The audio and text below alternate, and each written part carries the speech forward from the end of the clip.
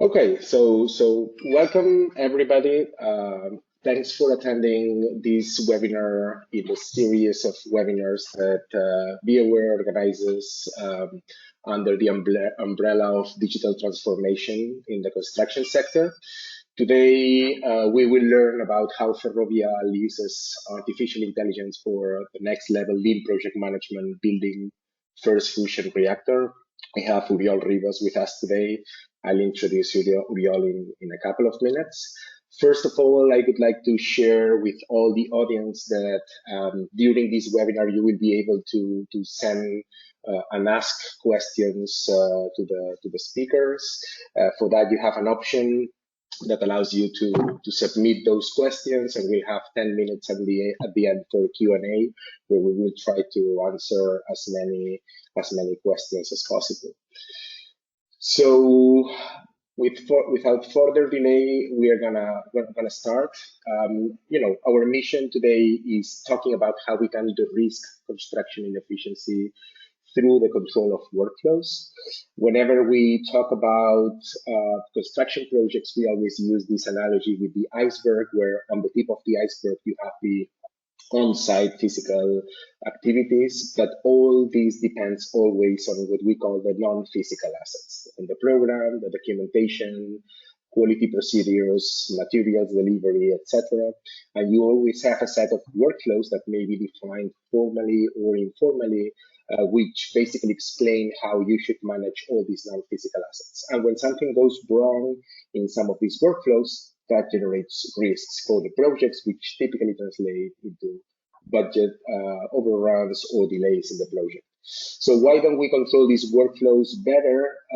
There are two main reasons there, which is that we are using different digital tools in order to manage all these non-physical assets, and therefore we need to face two main challenges: data fragmentation, and the other one is lack of interoperability, because these tools do not talk to each other. And whenever we try to control these workflows, then we realize that different parts of these workflows happen or are controlled through different digital tools, and that makes it difficult to collect data that fits those workflows, to automate workflows, to control workflows, and to learn what's going on with those workflows.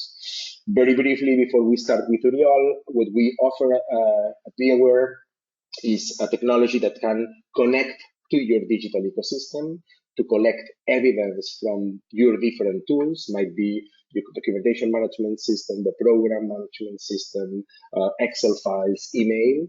And through this evidence, we learn how workflows evolve. And very importantly, we do all this in a non-intrusive way. So we never force our customers to change their digital tools or change their workflows.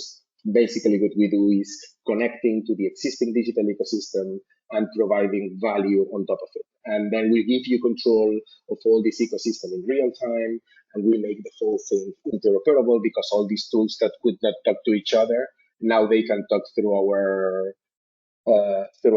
platform. So on top of this, what we build is a suite of 4 solutions. One is Collect, which is basically a cloud or mobile form-based application to basically collect data directly in a digital format. Automate, because we have detected that many workflows are executed manually and they are repetitive, and we help our customers automating workflows. Then Control. Oriol is going to talk about Beawre Control today, where we allow you to monitor the execution in real time of all these different workflows, and then use artificial intelligence to predict what's going to happen with those workflows, and basically calculate the level of risk that you may have in each of those workflows. And finally, Learn, which allows you to create a repository of digital workflows so that these can be shared across projects or across different departments. So after this very short introduction, let me just introduce our main speaker today. His name is Oriol Ribas. Oriol is country manager in France at Ferrovial Construction. He has been working for the company for more than 20 years, with a very long experience involved in many different projects, construction projects in Spain, in UK, and France. And among all these projects, today he's going to talk about the ITER project, where he was the deputy project director. I'm sure that most of you have heard about the ITER project. ITER, which means the way in Latin, is one of the most ambitious energy projects in the world today. It's located in the south of France with around 35 countries collaborating to build the world's largest tokamak. For those that are not experts in nuclear energy, the tokamak is a magnetic fusion device that has been designed in this project to prove the feasibility of fusion as a large scale and carbon free source of energy. And in particular, Ferrovial, Vinci, and other companies created a joint venture to build the main buildings of the nuclear reactor. So without any further delay, first of all, Oriol, thanks for being with us today, sharing your experience and knowledge in this webinar. So the way this is going to work is I'm going to basically make some questions. You will see the questions in the screen, and you can use 5-6 minutes per question to provide your perspectives and feedback. So let's start from a very, let's say, generic question, which is that from a project management perspective, and based on your experience in not only in ITER, but in all these construction projects, what are the usual challenges that you face in terms of, for instance, risks that you need to handle when you're trying to avoid delays and budget overruns in large construction projects? So thank you, Victor. Hello, everyone. Let me start with a very brief introduction. Let's say today this is not a master class. I'm just providing my experience and the things that we have lived in this project and my experience in construction industry. So it is more a witness of the problems we lived. For those that are in project management, as Victor said, for us ITER project, just to frame a little bit the project, it is a 7 million hours contract, basically civil works and some finishing works. So we had no involvement in the equipment and the electronics or electrical scope of the project. It is a project that was signed in 2012, so before COVID, before Teams meetings, before all the revolution that we are living nowadays with all the systems and softwares that are being put in place. And it is massive in terms of processes, traceability, exchanges, stakeholders. Let's say it is a project that is very, very big. We exchange, just to give you some data, we exchange broadly 1,200 engineering documents every month. So it is very big, let's say, in terms of exchanges of information and traceability, because it is in the nuclear field. So going into the topic, in terms of project management perspective, the challenges that we lived in ITER, and it is more or less the same that we live in major infrastructure projects nowadays, are very, very linked to the respect of the schedule. So any delay in our projects usually have a cascades down into project overrun, cost overruns, and project delays. And usually when you have these big organizations, more times means quite a lot of money. Obviously, depending on the size of the team, just to give you an idea, in ITER we were broadly around 200 people in the staff, and more than 800 workers on site. So any stop had huge consequences. So this connection between scheduling and the documents that we were exchanging in pre-works was the most important thing that we were facing in terms of risks. Usually when we talk about scheduling, we have three main areas where we have to put our focus if we want to respect the schedule. It's basically in the pre-works, so either before starting the works. So as a former boss I had used to say, nothing is finished until it is started. So unless we start on time, we never finish on time. And this is one of the key topics, and it was our main concern in ITER because we had a lot of documentation to clear before we could start pouring concrete on site. The second, I would say, is managing changes. So usually in an infrastructure project, you live with major or minor changes coming from the client or coming from the designer or other stakeholders that are involved in the processes. And the third one is the complexity of the works. If we are executing works that have a higher degree of complexity, usually we slip in the performance and we have to suffer some impacts as well. So in the case of ITER, we concentrated the use of this platform in the pre-works, which I think is important. We were not managing complexity, we were not introducing the changes. So what our main focus was basically in clearing out everything we had to do before starting the execution of the works. Second thing that I believe it is important as well is everything that has to do with the management of data. As I said, the amount of data we were managing was massive. This example of more than 1,000 documents per month. At the end of the day, it produces a lot of noise, a lot of emails and exchanges. If you use an EDMS platform and a software to exchange documentation with your client, usually you receive an email for every document you upload or every time you have the visa from your client. This means a lot of emails and noise in the communication of your teams. So this was an important topic for us as well, minimize noise as much as possible. Because I like to say that we are not in the era of information anymore. We are in the era of attention. So we have to put our attention on the most critical topics. If not, the risk is that you get lost and you do not put your focus on the things that might be important for delivering your contracts that you have to do in accordance with the contract. And the last one that is as well something that might be underlined in all our infrastructure projects nowadays. Usually we have less autonomy and less power to change things when we start building something. We have a lot of stakeholders that are involved. So this lack of autonomy usually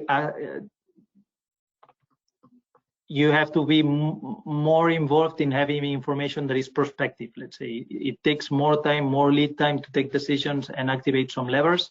So you need to have the information in advance to be able to react. And especially if your contracts are short or have short dates for delivery. So having this information in advance is key to reallocate your resources and to put the energy in the right places when you have to deliver some of the key milestones of your contracts. So I don't know if I believe this summarizes more or less the main topics we had in ITER. Yeah, perfectly. In fact, my next question was, what challenges did you face at ITER? I think you have already answered part of that. I don't know if there is anything that you would like to mention specifically about other potential challenges in the ITER project. Yeah, I would like to split between every project is different. So I would like to maybe put the good points that we had in ITER and the bad points in terms of project delivery. So in ITER, for example, which things were good for us, the processes were clear. It is a project that is traced. It has a lot of traceability and formal exchanges with the client. So all the workflows were quite defined. It is true that you might not have them clear written on a paper, but at the end of the day, you have all these stakeholders involved and all the organization is aware that these workflows exist. So this was something that made for us easier, let's say, the analysis of the risks. The availability of data was massive, and usually in some contracts you might be looking for the data. In our case, everything was traced. We had a platform in place. It might not be the best, but we had a tool that was working and was providing, let's say, the data was available, but maybe we were lacking somehow the visibility to have this input. We had a very good team. So we in our grouping, the organization was working very, very well. Between partners and even with the client. So we had a very good organization in place, and this helps a lot when minimizing impacts in terms of schedule and getting everyone involved in solving the key topics and the problems. And the last one is that it was a large project, and usually this means you have a bit more money to invest on those tools that might be solving your problems. If you are in small contracts, usually it is harder to find the money to invest in this type of tools. And if I have to put some bad points, the first one was, for me, is fragmentation. So we had different platforms, one for the client, one for us internally, some other platforms for the subcontractors, and we ended up using tools that are a bit poor. Let's say we're managing the exchanges of documentation with Excel spreadsheets in parallel to the DMS, so we had everyone with the information available. So exchanging Excel sheets is not the best way to face and to minimize risks. We had too much data. So the good thing is that we had the data, but we had too many. And at the end of the day, this distracts you a lot and gives you too much information that you are not able to analyze. And maybe the last one is that since the contract was signed in 2012, the tools that we had in the project might not be the most modern ones. So we were looking for something that could provide this data analytics without changing the softwares that we have in the lower layer, let's say, of the formalization with the client. So this was somehow the frame that we had in our contract. Yeah, it's interesting that you talk about workflow management. I think that we are still, in general, in the construction sector, in the path towards the digitization of all these workflows. But in many cases, workflows are not digitized yet.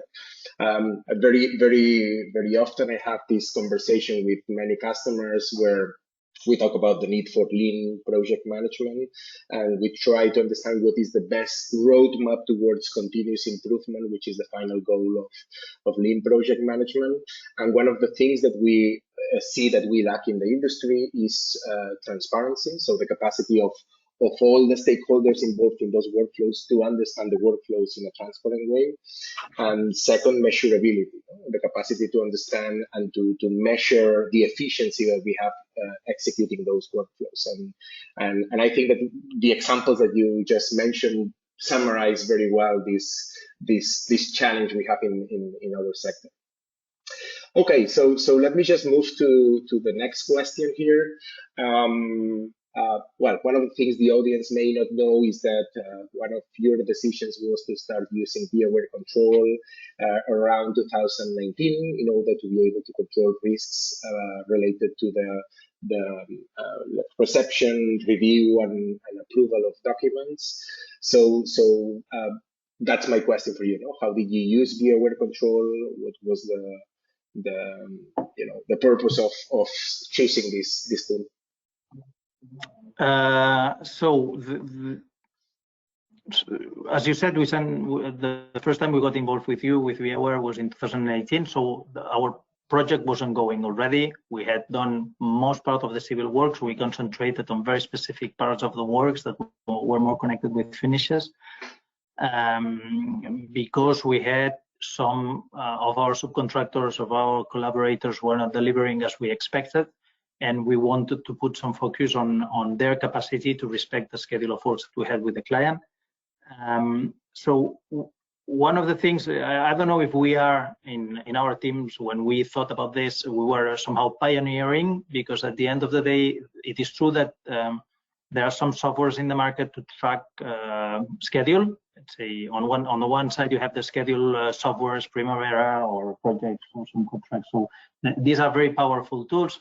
On the other side, you have EDMSs, basically software that provides exchanges of documentation with the client and formality, let's say, in terms of what you are asking to be stamped for approval by other stakeholders, or even more information, let's say, in your exchanges with clients and subcontractors. But it is true that what we identified is that there was a lack of connection between these two topics. Let's say on one side you had your capacity to track schedule performance, and on the other side you had a lot of documentation that was uploaded and downloaded by your employer. So we were missing somehow the connection between the two, And this is what we try to do with Beawre. So basically, tracking the performance of a specific scope of works, especially for the pre-work, so everything that needs to be exchanged before starting the works, which in a nuclear project is a lot of documentation. We had drawings, we had quality plans, we had requests for information with the client, project field modification. So all this is a lot of documentation that you exchange. As I said, it was in ITER more than 1,000 documents per month. So basically, it was concentrated on this part of the works, pre-works, and connection between schedule and EDMS. Sorry. Okay, very good. Okay, and my next question then is, why did you choose Beawre Control? What did the tool or the solution offer to you, which made you decide to start using it? I will start with the answer of the usual contractor. It is because you were competitive in terms of pricing, but it is much more than this. No? Let's say as I said, we were in 2018. The availability of tools that could provide this type of information was scarce. We did not have a lot of options to choose from. We were younger, you were younger as well, and you were really committed. You were really committed with our problem. Let's say it is true that Beawre was younger in 2018, and you understood very well the problem, and you were eager to solve it. Let's say I think that we did not find any other company that could provide your level of involvement for the needs that we had, and it is something that we valued when we chose your support. You provided what we needed, let's say, and you were one of the few, and you could give this assertive platform, let's say, not connected to any of the EDMS softwares that were available on the market. You could provide this information from the outside, and I think this is a typical problem in the industry. Your clients have their platforms, you usually have yours, so you need something that could cover the bridge between everyone involved in the processes. So the application was assertive and non-intrusive. Let's say you were somehow, I think that we were aligned in the way we thought that the industry would go for, and it is basically provide something that can minimize the noise and give you a dashboard with which all your organization can look what is going well, what is going wrong, and where you have to invest your resources to make things better. And this is why we got involved with you in 2018. Yeah, very good. I remember we had some conversations about the typical traditional risk management techniques, no? And one of the things that we've seen in this industry is that we still rely on, the typical traditional risk management methodologies where you define the risks at the beginning of the project, you approve a risk plan, and then you review maybe the risk plan every 6 months if you're lucky. That's it. I mean, that's very far from. I had colleagues that said, but where is the Monte Carlo analysis coming from the Beawre report? And well, this is not this. I mean, when what we were asking was a live assessment of what is happening on a daily, weekly basis, so we can react in advance. And this is where your platform with artificial intelligence, I think that was a plus. So everybody that is looking for a Monte Carlo risk analysis of a project, this is not this. What we are looking for is a dashboard that could put the focus on those areas that were not going well, so we could react in advance and put the necessary resources to bridge these problems and mitigate these impacts on a, let's say, anticipatedly, let's say, beforehand, before the risk happens. But this is not. If you're looking for a Monte Carlo, this is not what you should be looking for. Yeah, one of the big differences is between Monte Carlo simulation and what we do is that Monte Carlo simulation assumes there is already a model, and it basically performs simulations based on the known model.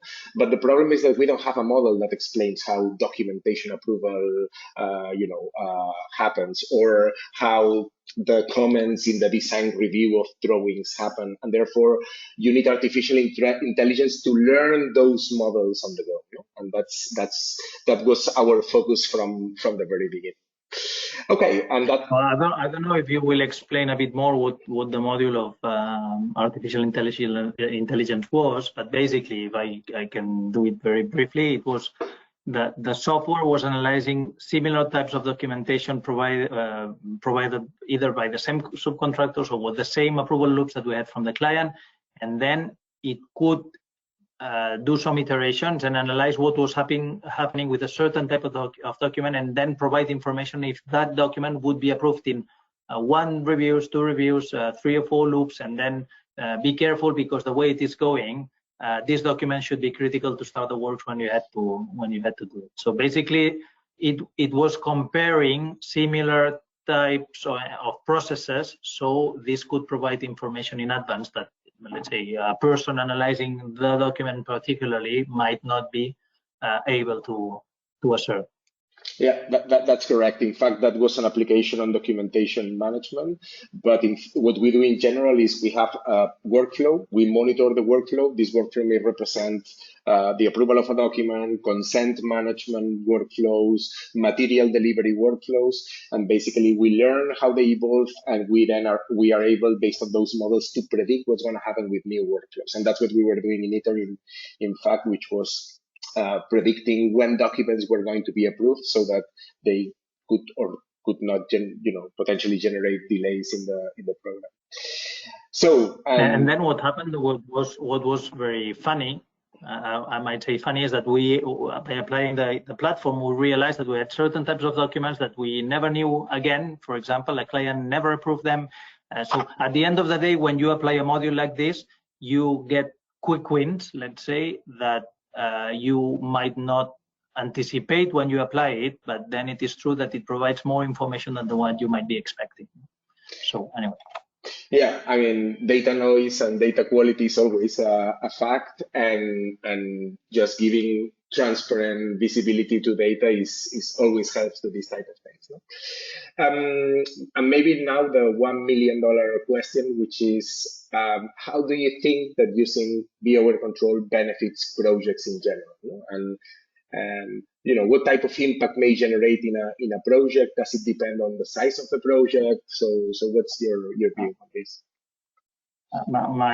Let's say, it is very difficult to materialize the benefits because we never do what if analysis. Let's say you never do 2 projects that are the same. You never do 2 documents that are exactly the same. So it is difficult to know what would have happened if we did not apply the tool.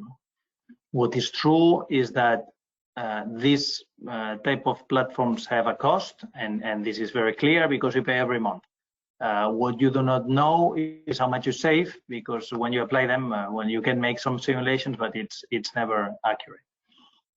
What I am true is what I'm certain about is that every time you use this type of platforms, you save time of people just putting input in Excel spreadsheets. This is a fact.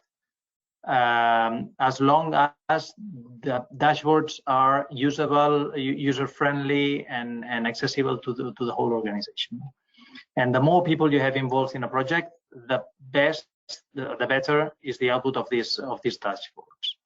It is true that there are some EDMS softwares that provide already some dashboards that are very interesting, but I have never seen yet this interaction between the schedule and the EDMS, because it is a bridge that is difficult to undertake.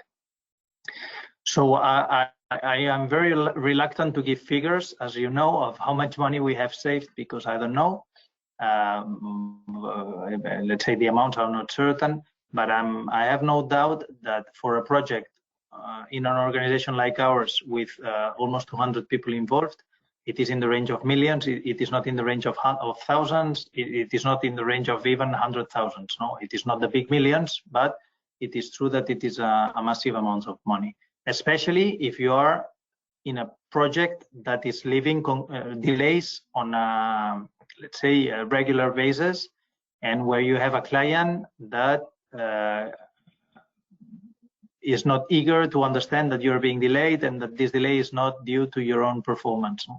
In our construction contracts, usually we are leaving a lot these discussions about concurrent delays and who is late, if it is the client or it is myself. So having this type of tools that bridge the exchanges of documentation and the performance of visits by your employer, the input of changes and the schedule are being more and more important. So for me, to control the benefit is difficult, as I say, but what I'm sure is that this has minimized a lot in terms of expenses, what has happened in our project. Yeah, it's also true that if the range is in the millions, for sure our tool is not, the price of our tool is not in the millions. So definitely there will be a return of investment there. No, but again, this depends a lot on the size of the organization. It is more difficult to assume to spend the cost of this software in smaller projects where you do not have the money, or where the impact of delays is less important than in big contracts. This does not mean that in small contracts you do not have to apply it, because there might be other circumstances or formalities with your employer that where it might make sense. Yeah, in fact, I already see a question from the audience related to this, so let's leave this part of the discussion for Q&A. In fact, this was my last question for you, Oriol. Thanks for your kind answers. Let's move to the Q&A. So now it's time for the audience to ask any questions they may have. Let me start already with one of the questions we have. So there is a question that says, we have seen an application of Beawre technology for a very large project. How usable is this technology for small, medium projects? I think I can take this one because that's related to the technology. So this is true. I mean, typically, what Beawre Control helps doing is managing the complexity. There are too many factors and too many variables involved in the management of a large construction project, and therefore, the larger it is, the more it makes sense to use Beawre Control. But that's also one of the reasons why we decided to break down our offer into this suite of solutions that I was presenting at the beginning. So there are different companies and different projects. It's not only about companies, it's about projects, because there is a lot of heterogeneity inside a large organization in terms on how they manage the digital, let's say, challenges in projects. But what we've seen is that the level of maturity is very different, but there is always a constant, which is data fragmentation and lack of interoperability.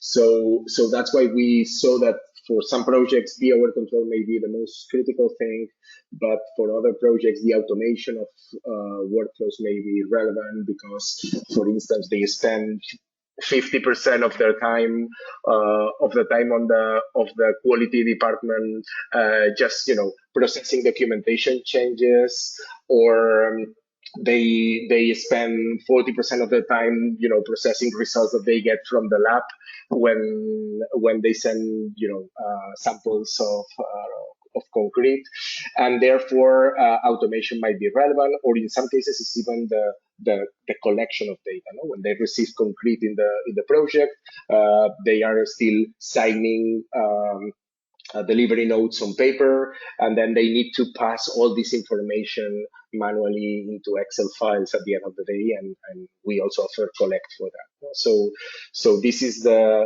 how we are adapting to the heterogeneous level of maturity in terms of digital evolution of different companies and different projects. There is another question, which is, how much time is typically required for onboarding to obtain optimum use of your technology, and when is onboarding best carried out? Okay, so the two questions here, very, very interesting. So the first question related to time, it depends. Typically, if we talk about collect or automate, which is usually very fast. Fast means that it may require from 1 to 2 days time from the customer to spend time doing a couple of sessions to understand the workflows, a couple of sessions to understand, to give us access to the different data sources because we connect to your digital ecosystem. And then it may take from 1 to 2 weeks on our side to get the automation ready, for instance, which means that the return of investment is fast because after 2 weeks you'll have already automated the process, and if you were using 25% of the time of some of your staff, then immediately you free all this time from your resources.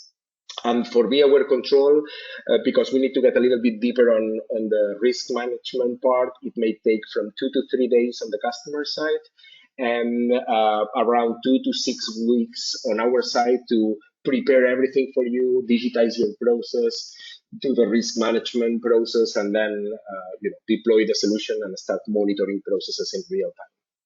Typically, this is used in projects or workflows that may run for years. And that means that it's a very short onboarding time compared to the value that you get afterwards. And then there was a second question within the same question, which was when is onboarding best carried out? And that's also a typical discussion we have with customers. People tend to believe that starting using these type of tools at the beginning of the project is better. And definitely, if you have time to, if you can already prepare for the use of this type of tool, you can also clean your data, prepare your data so that it's easier to extract information. But what happens very often, and this was the case of ITER, for instance, was that during the execution of the project, you detect challenges that you were not sure you were going to have at the beginning. And then is when you realize that a tool like this may provide value, and therefore onboarding in the middle of the project is also something that happens quite often. And also, for instance, in terms of automation of workflows, that's even better because your team already knows how much time they were spending on certain workflows, and then all of a sudden they see that after 2 or 3 weeks, they don't need to do all these tasks anymore because some system is executing them automatically. So I would say that both beginning or in the middle of the project may make sense. Of course, the most important thing is that we are talking about repetitive processes, and that means that those processes are executed several times because then is when our system is able to learn how they behave and to be able to predict what's going to happen. Okay, so there is another question here. Okay, no, the other question says, what is the typical onboarding time to start using Beawre technology? So same question here. Okay, these are the questions we have so far. Any other question from the audience?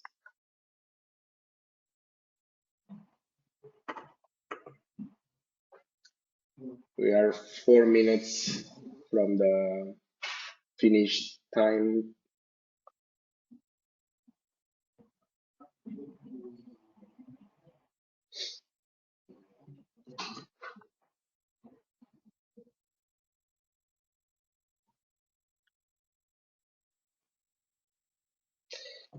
I think there was, yeah, some, okay, so there is another question, which is, do Beawre work only on a project specifically, or can it work on business processes? Okay, so I understand the question maybe if the project, if the technology is to be used on a single project or it can be used at the corporate level. And we have examples of both. So especially for large projects, it makes sense that we focus on a specific project because the complexity is large enough. But we also have examples with companies building family houses, but they build 6,000 of them with very standardized processes because they use the same procedures in all these small projects. And then they want to be able to predict how the projects evolve from a corporate perspective and what projects are potential candidates to generate potential issues in terms of delays, budget overruns, etc. So sometimes they also need to solve problems related to planning. For instance, if they need to decide what is the next house or the next construction project that is going to happen, they need to allocate their resources, but also they have to do that whenever they know the lands to start building are ready. And this will also depend on documentation. So sometimes you have all these butterfly effects where small delays and small problems in one workflow affect other workflows, and they also use our technology to detect all these issues. Okay, I think okay, there is another more question. There is a question to Oriol, which says, when did you realize you need to implement this kind of software in ITER project? Too late. No, I have to say that the technology was not mature, and ITER project it was extremely complex in some areas of the project because we had too much disruption coming from third parties, a lot of changes, and measuring performance and having a steady workflow was not that easy. When we implemented the tool was in the, as I said, at the finishes stage. We did not have the major concrete was already ongoing, and it was not the time to do it. What I think is that, let's say, risk management. We talk a lot about the risk management in construction industry, but we contractors, I think we do not talk enough about it, and we always assume that there's we are managing chaos, and there's a lot of things that are not repetitive, and let's say we have a lot of trust in our capacity to overperform and ask a lot from our teams. The reality after applying the tool is that you realize actually that there's a lot that can be parameterized, and you can define certain loops that are repetitive in all your processes. And at the end of the day, this is about it. This is about taking care of things from a higher perspective and taking the time to analyze the impacts that you are having on a weekly basis on site. And so, as I said, it was at this, when we signed in 2018. We had only 2 years left for the big contract in ITER, or 2 years and a half. And actually, I think we could not have all the analysis that it might have been good to have when we were in the fast track stage of the project. No? So basically, my recommendation would be try to analyze in your projects those things that are somehow a process that is repetitive, and think about if you can implement a tool that can provide some data, let's say that some data analytics on your performance. And I think that we will all find some areas where we can improve the way we work. And let's say this is my piece of advice. Okay, so thanks, Oriol. We have get to the top of the hour for this webinar. First of all, Oriol, it's been an honor to have you here. We know how busy your agenda is, and we know how difficult it was to get these 45 minutes of your time. But thank you very much for spending these 45 minutes with us, sharing your experience. And thank you very much also to all the audience for sharing this time with us in our webinar. We will share with you the video, the recording of this event, so that you can share it across your organization and to make it available for everyone that couldn't make it today. So thank you very much. Thanks, Oriol. Thanks, everybody, and see you next time. Thank you.